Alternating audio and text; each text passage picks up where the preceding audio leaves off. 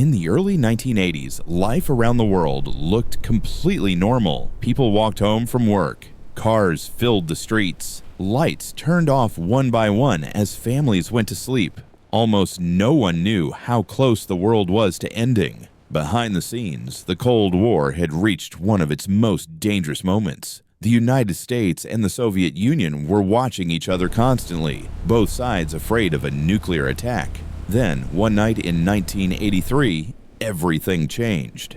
Inside a Soviet early warning control center, alarms suddenly went off. Radar screens showed something terrifying, missiles appearing to be launched from the United States. According to the system, a nuclear attack was underway. Red warning lights flashed. Officers froze in shock. Protocol was clear: report the attack immediately and prepare for retaliation. If the information was correct, the Soviet Union had only minutes to respond before being destroyed. Outside that room, the world was silent. People slept peacefully, unaware that history was standing on a knife's edge. One man was responsible for making the call. Lieutenant Colonel Stanislav Petrov looked at the screens and felt something was wrong. The system claimed multiple missiles were incoming, but something didn't add up. Why would the United States launch such a small attack? Why not use everything at once? Petrov had two choices: follow protocol and report a nuclear strike, a decision that could trigger a full-scale nuclear war, or trust his instincts. He chose the second option. Petrov reported it as a false alarm. Minutes passed.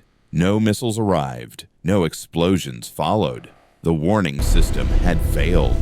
Sunlight reflecting off clouds had fooled the satellites. If Petrov had followed the rules, the Soviet Union might have launched its own nuclear weapons. The United States would have responded, and civilization as we know it could have ended that night. Nothing happened. The world kept turning. For years, this story remained unknown. No medals, no headlines, just one man sitting in silence who chose restraint over fear. That night proved something important. Sometimes the fate of humanity doesn't depend on weapons or technology, but on a single human decision. One moment, one choice. And a world that never realized how close it came to disappearing.